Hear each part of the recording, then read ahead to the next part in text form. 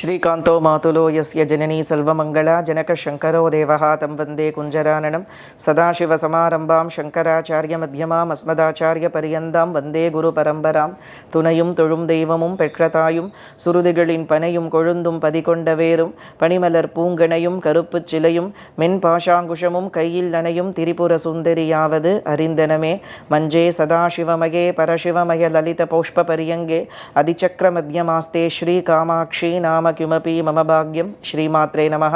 ராஜராஜேஸ்வரியான மகா திரிபுர சுந்தரியினுடையதான கருணா கடாட்சத்தோடையும் ராஜவாராகியான அம்பிகையினுடையதான கருணையோடே கூட்ட அதி விசேஷமான வாராகி மாலையினுடையதான வைபவத்தை சிந்தனை செய்து கொண்டிருக்கும். ஒரு தினத்திலே ஒரு செய்யுளுடையதான ஒரு வைபவத்தை சிந்தனை செய்து கொண்டிருக்கும். வீரை கவிராய பண்டிதர், பரம ஸ்ரீவித்யா உபாசகர், பரம சாக்தர், தேவி பரமான அநேக நூல்களை விசேஷமா பண்ணியிருக்கார்.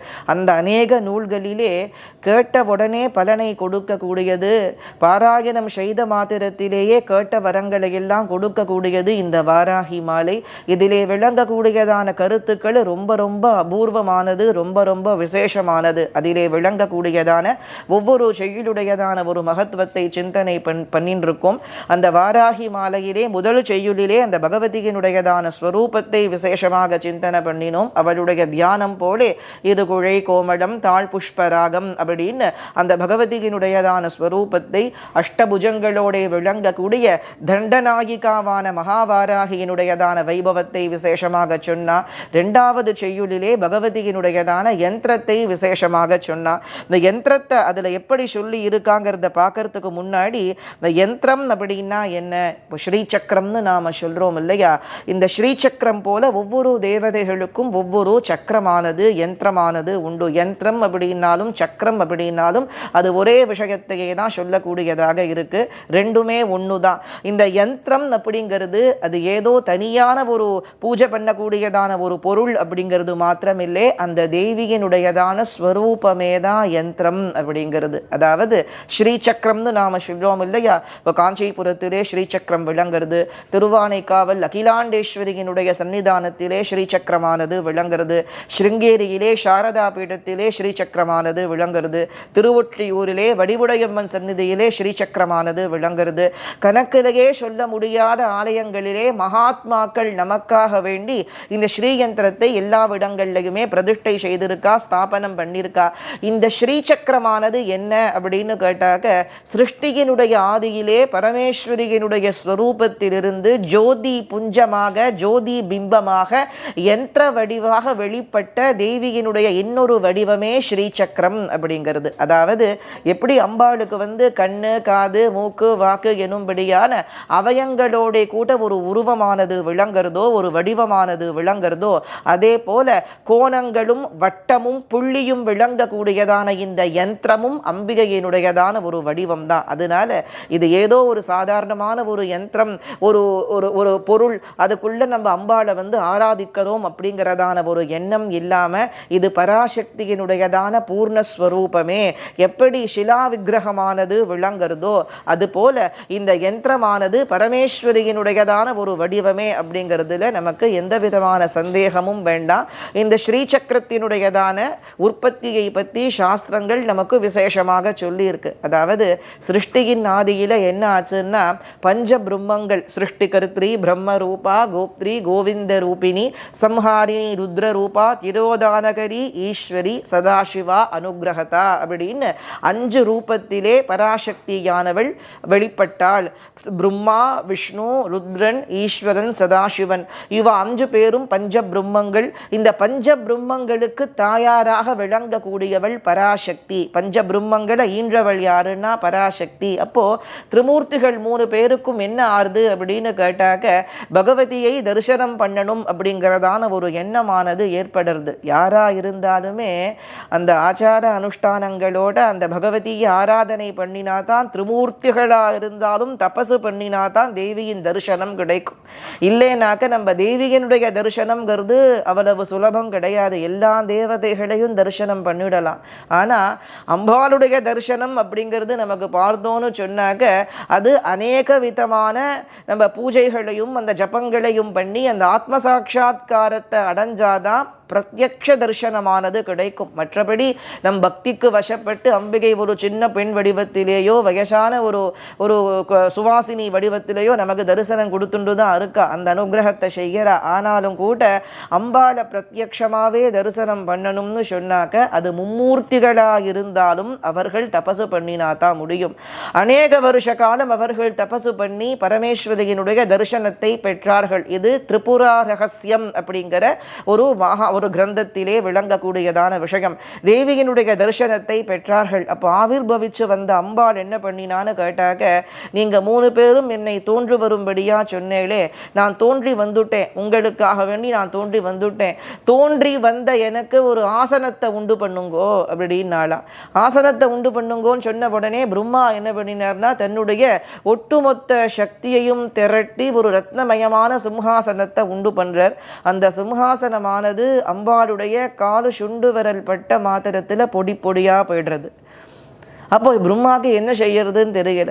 மறுபடியும் தன்னுடையதான முழு சக்தியையுமே திரட்டி இன்னொரு ஆசனத்தை உண்டு பண்றார். அந்த ஆசனமும் கூட பிரம்மா அம்பிகையினுடைய சுண்டு விரல் பட்ட மாத்திரத்துல பொடி பொடியா போயிடுறது. அம்பாள் ஆவிர்பவிச்சு வரும்படியா பிரார்த்தனை பண்ணிட்டோமே, நமக்காக வேண்டி அம்பாள் இந்த இடத்துக்கு வந்திருக்கா அப்படின்னாக்க அவளுக்கு உபச்சாரங்களை எல்லாம் செய்ய வேண்டியது அவசியம் இல்லையா? இப்போ திரிமூர்த்திகள் 3 பேருமே நம்ம ஏதோ ஒரு பெரிய அபச்சாரத்தை செய்துட்டோம், நாம தப்ப பண்ணிட்டோம், இப்படி அம்பிகை ஆவிர்பவிச்சு வரும்படியாக பண்ணி ஜெகன்மாதாவானவள் தோன்றி வரும்படியா பண்ணி அவளை நாம சரியாக உபச்சாரம் பண்ணலையேன்னு யோசனை செய்து கொண்டிருக்கும் பொழுது சதாசிவனை பகவதியானவள் நினைக்கிறா. சதாசிவன் ஆவிர்பவிச்சு வரார். சதாசிவனை கண்டு எனக்கு உரிய ஆசனத்தை நீ உண்டு பண்ணுவாயாக அப்படிங்கிறா பராசக்தி. எனக்கு உரியதான ஆசனத்தை நீ உண்டு பண்ணுவாயாகன்னு சொல்லும் பொழுது தேவியினுடைய ஆணைக்கு இணங்க பஞ்சபிரம்மாசனத்தை உண்டு பண்ணினார். இந்த விஷயத்தை நாம் ஏற்கனவே பார்த்துருக்கோம்.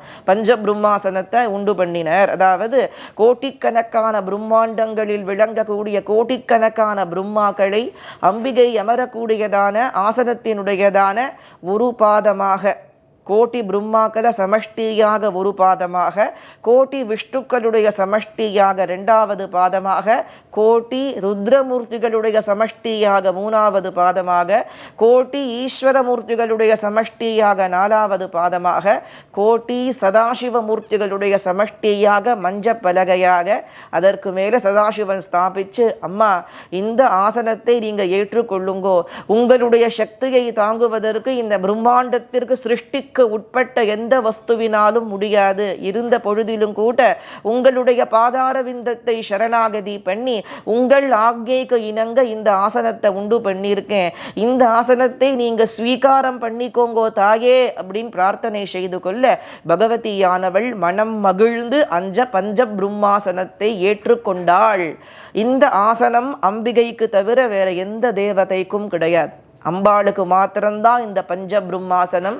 பஞ்ச பிரம்மங்களும் அவள் பாதத்தை தாங்கறா. பஞ்ச பிரம்மங்களும் என்ன செய்கிறா, அந்த காமாட்சியினுடைய பாதார விந்தத்தை தாங்கறா. அதுக்கப்புறம் என்ன ஆகிறதுன்னு கேட்டாக்க, திரிமூர்த்திகள் 3 பேருக்குமே அம்பாளை பத்தியோட பார்க்கணுங்கிற ஒரு எண்ணமானது ஏற்படுறது. அம்பாள் மாத்திரம் தனியா இருக்காளே, அவளுக்கு பதி இல்லையே, அதாவது பதி அவளுக்குள்ள இருக்கா, பத்தியோட பார்க்கணுங்கிற எண்ணம் ஏற்படுது. சதாசிவன் சொன்னாரா, இவள் சர்வத்திற்கும் ஈஸ்வரியாக விளங்கக்கூடியவள், இவள் எல்லோருக்கும் நாயகியாக விளங்கக்கூடியவள், இவளுக்கு எப்படி ஒரு நாயகன் இருக்க முடியும் அப்படின்னு சதாசிவன் கேட்கிறார். இருந்த பொழுதிலும் கூட திரிமூர்த்திகள் என்ன பண்ணினான்னு கேட்டு அவர்கள் தேவியை பத்தியோட பார்க்கணுங்கிற எண்ணமானது அவர்களுக்கு இருந்துருக்கு. அதனால தன்னுடைய வலது பாகத்தில் இருந்து தேவியானவள் பரசிவனை வெளிப்படுத்தினா.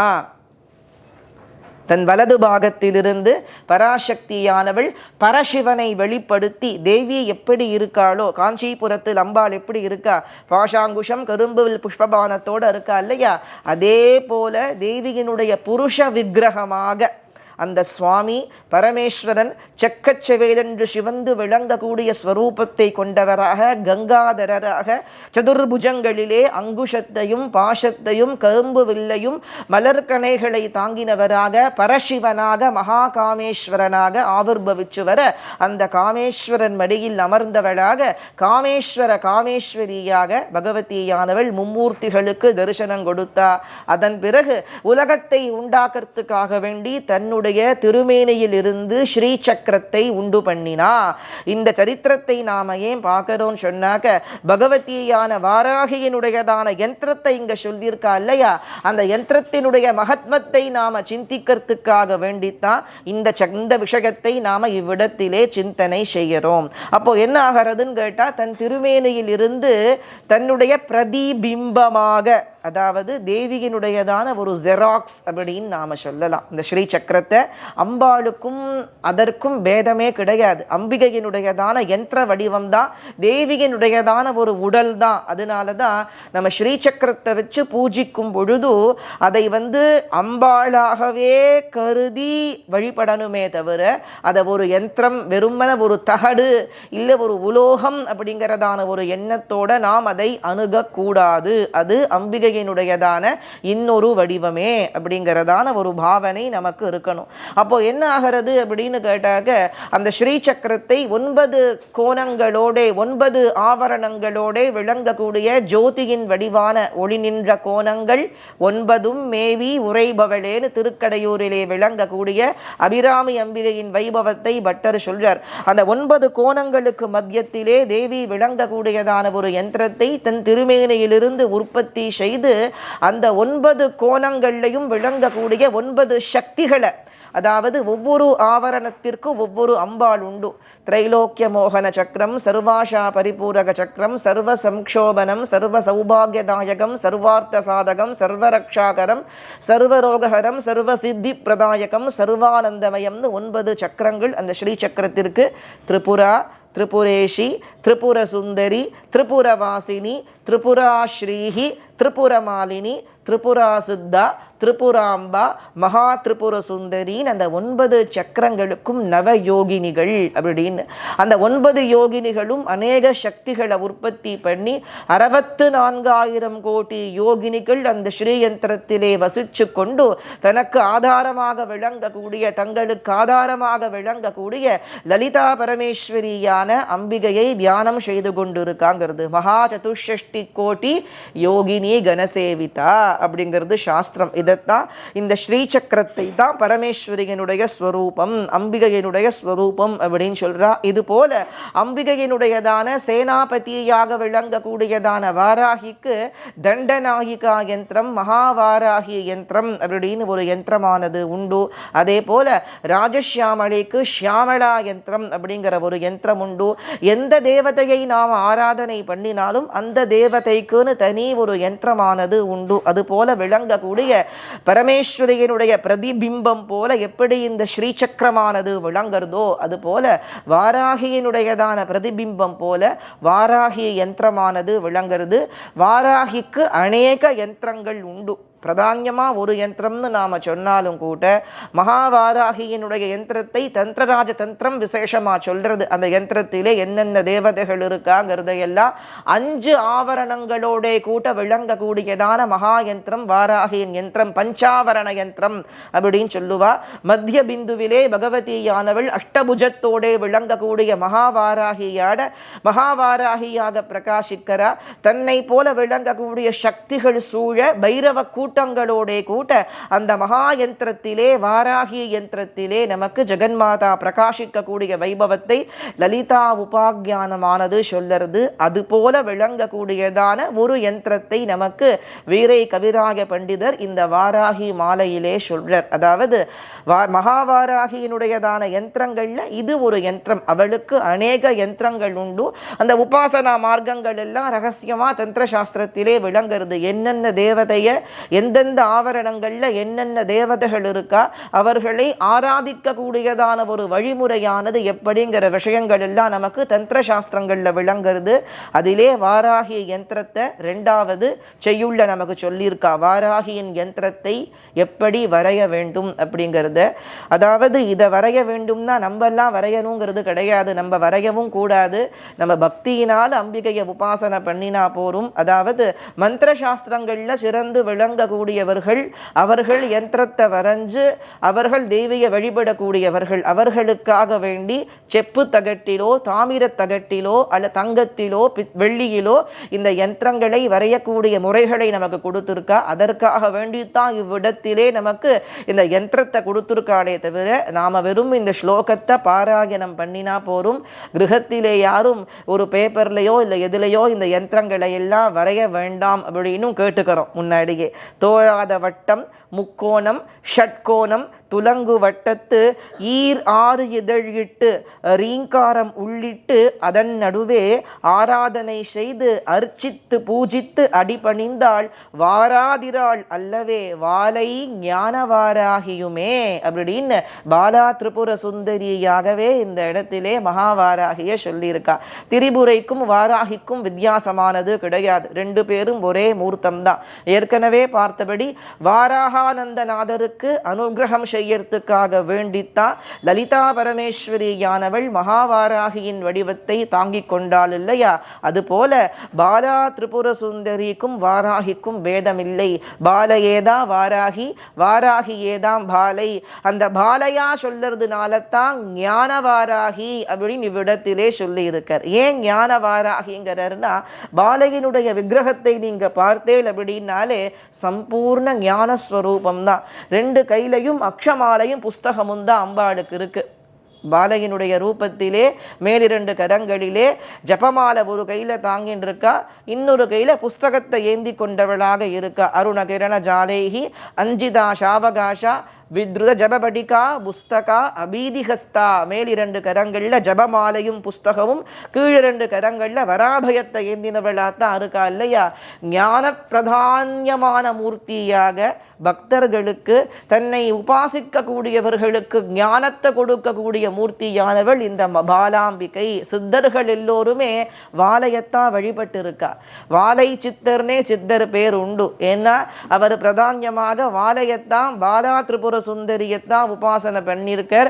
ஐங்காரம், கிளீங்காரம், பராபீஜம் எனும்படியான 3 பீஜாட்சரங்களை கொண்டு இந்த பகவதியான பாலகை வழிபட வேண்டும்ங்கிறத சாஸ்திரங்கள் சொல்லுறது. அந்த தேவியினுடைய வடிவத்தை தோராத வட்டம் எப்படி வரையணும், அந்த ஞானவாராகியாக விளங்கக்கூடிய வாலையினுடையதான ஒரு ஸ்வரூபத்தை பகவதியினுடைய யந்திரத்தை எப்படி வரையணுங்கிறத தோராத வட்டம், அதாவது முதல்ல ஒரு பிந்து, முடிவில்லாதது. இந்த பிந்துவிற்கு முடிவு கிடையாது, இன்ஃபினிட்டின்னு நாம சொல்றோம்.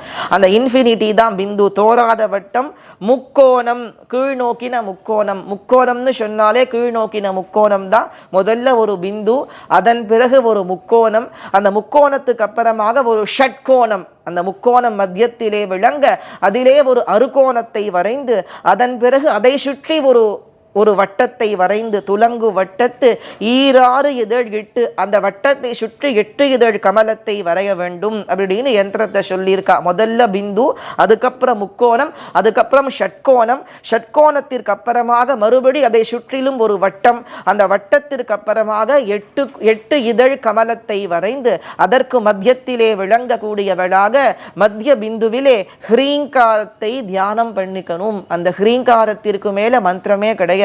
ஹ்ரீம் ஹ்ரீம் இதி பிரதிதினம் ஜவதாம் தவாக்கியம் கிம் நாம துர்லபமிக திரிபுராதிவாசே மாலா கிரீட மதவாரண மானனீயா தாம் சேவியதே வசுமதி ஸ்வயமேவ லக்ஷ்மிங்கிறது ஸ்துதி. இந்த ஹ்ரீம் அப்படிங்கிற அக்ஷரமானது எவன் நாக்குல பதிஞ்சிருக்கோ, பூமாதேவியானவள் தன் கையில மாலையை எடுத்துண்டு அவன் கழுத்துல சர்வ சாம்ராஜ்யத்தோட கூட அவன் கழுத்துல மாலையை போடுவாளா. அது போல லக்ஷ்மி தேவியும் கூட அவனை விட்டு நீங்க மாட்டாங்கிற. அப்பேற்பட்ட அந்த ஹ்ரீங்காரத்தை மத்திய பிந்துல எழுதணும். அதை எழுதி இந்த யந்திரத்தை விதி பிழறாமல் இந்த யந்திரத்தை அம்பிகையினுடைய வடிவாகவே பாவித்து, தேவியினுடைய வடிவாகவே பாவித்து, வாராகியினுடைய வடிவாகவே தியானித்து இந்த யந்திரத்தை வச்சு ஆவரண பூஜைகளை யார் செய்யறாளோ, இது இன்னும் விஸ்தாரமாக இந்த பிந்துல யார் இருக்கா, முக்கோணத்துல யார் இருக்கா, ஷட்கோணத்துல எந்தெந்த தேவதைகள் இருக்கா, அதே மாதிரி அந்த 8 இதழ் பார்த்தோம் இல்லை, அதுல யார் யார் இருக்காங்கிறத எல்லாம் எந்தெந்த பைரவர் முனிவர்களும் யோகினிகளும் இருந்து கொண்டு மகாவாராகியை சேவிக்கிறாங்கிற விஷயங்களை எல்லாம் நமக்கு தந்திர ராஜதந்திரத்தில் சொல்லியிருக்கா. அதெல்லாம் உபாசனையிலே மந்திர உபாசனையிலே விளங்கக்கூடியவர்களுக்காக இந்த யந்திரத்தை வரைந்து ஆராதிக்கக்கூடியவர்களுக்கு ஆராதனை செய்து அர்ச்சித்து பூஜித்து அப்படி மனசிலே எந்த விதமான ஒரு கல்மஷமுமே இல்லாமல் தேவியை மட்டும் நினைத்து கொண்டு ஹிருதயத்திலே அப்படி பகவதியை வராக முகத்தை உடையவளாகவும் அஷ்டபுஜங்களை உடையவளாகவும் பிரம்மாவினாலையும் விஷ்ணுவினாலையும் கிரீஷனான சிவனாலையும் ஆராதிக்கப்பட்டவளாக பரமேஸ்வரன் வாராகிய உபாசனை பண்ணியிருக்கார்.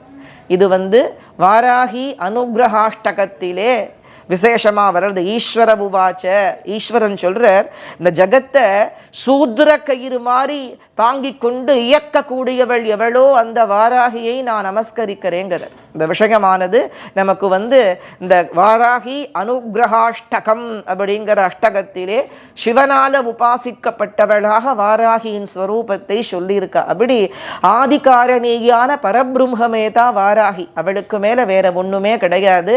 ஜகத்தை ஆட்டுவிக்கக்கூடியவளாக, ஜகத்தை ரட்சிக்க கூடியவளாக, சிக்ஷிக்க கூடியவளாகவும் இருக்கா.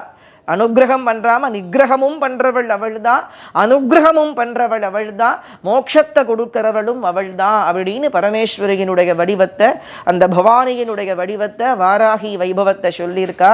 அப்படி அந்த பகவதியை ஆராதிக்க கூடியவர்களுக்கு ஹிருதயத்தில் உள்ளன்போடே கூட அம்பிகையினுடைய வடிவத்தை ஆராதிக்க கூடியவர்களுக்கு அடி பணிந்தால், அம்மா உன்னை தவிர வேறு எந்த கதியும் இல்லை என்று சொல்லி உன்னுடைய பாதார விந்தத்தை வழிபடக்கூடிய வர்களுக்கு வாராது இராள், அவள் வராமல் இருக்க மாட்டாள்.